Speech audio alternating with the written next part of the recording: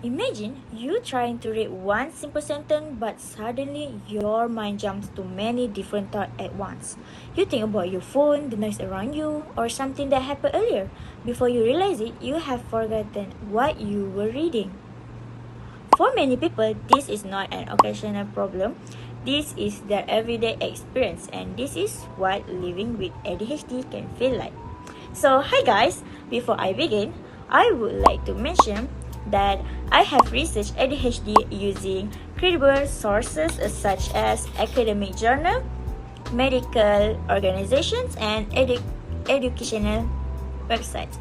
Through this research, I learned that ADHD does not only affect children, but also teenagers and adults. Today, sorry, today my purpose is to help you understand what ADHD really is by explaining its definitions, core symptoms, and the different types of ADHD. I hope this speech can also help reduce common misconceptions about this condition.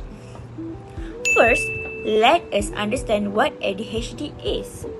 ADHD stands for Attention Deficit Hyperactivity Disorder. It's a long-term neurodevelopmental disease that begins in childhood and can last into adulthood. It is characterized by persistent patterns of inattention, hyperactivity, and impulsivity that interfere with daily activities. Center for Disease Control and Prevention (CDC) 2024. According to Malaysia Clinical Practice Guidelines, Ministry of Health, the estimate incidence of ADHD among Malaysian children is between 1.6% and 4.6%, with one community survey finding a rate of 3.9% among children aged 5 to 15. This demonstrates that ADHD is a big health issue among the Malaysian people. Now, let us look at the core symptoms of ADHD.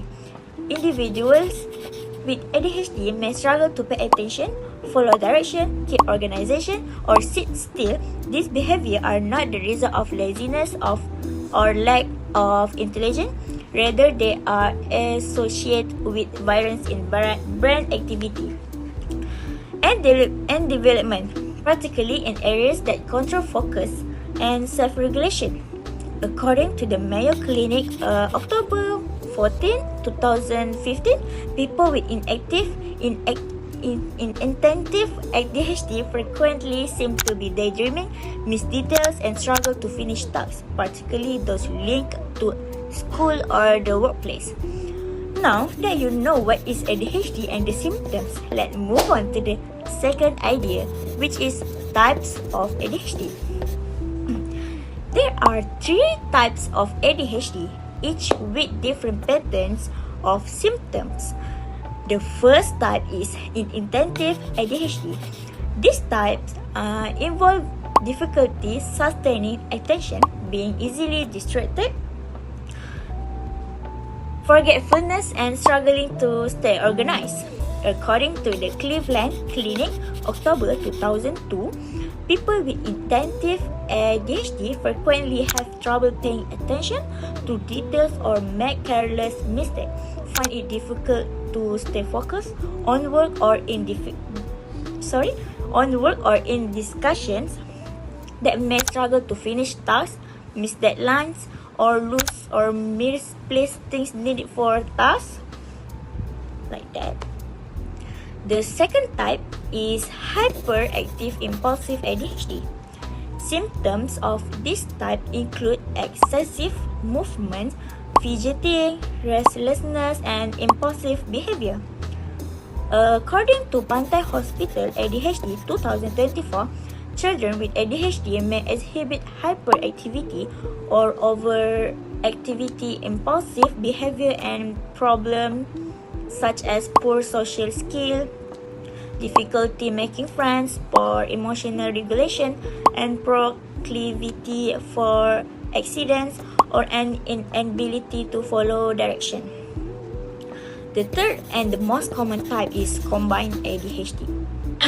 This is the most common type, involving both inattentive and hyperactive impulsive symptoms. The majority of ADHD cases that are diagnosed fall into the mixed presentation category, according to the Center of Disease Control and Prevention (CDC) October 23, 2024, where people have trouble focusing, managing, or impulsive behaviors. After understanding what ADHD is and how it is classified, it's time to warm up everything we've learned in the conclusion. In the conclusion, ADHD is a real and significant neurodevelopmental disorder that affects many individuals, especially children, across the world and in Malaysia. Understanding ADHD is important so that we can better support those who experience attention, hyperactivity, and impulsivity challenge in their daily life. We learn what ADHD is and its key symptoms, and we also explore the three main types of ADHD. To end, there are some recommendations I would like to address. First recommendation is increase awareness to encourage more people to learn about ADHD so that misconception and stigma can be reduced. Second recommendation is access professional help when we need it. Seek guidance from psychologists or ADHD specialists for proper treatment and management. Third recommendation is encourage early screening. If a kid has heavy persistent symptoms, parents, teachers, and others caregivers should get a professional evaluation because early discovery improve result. Thank you for your listening and thank you for your attention.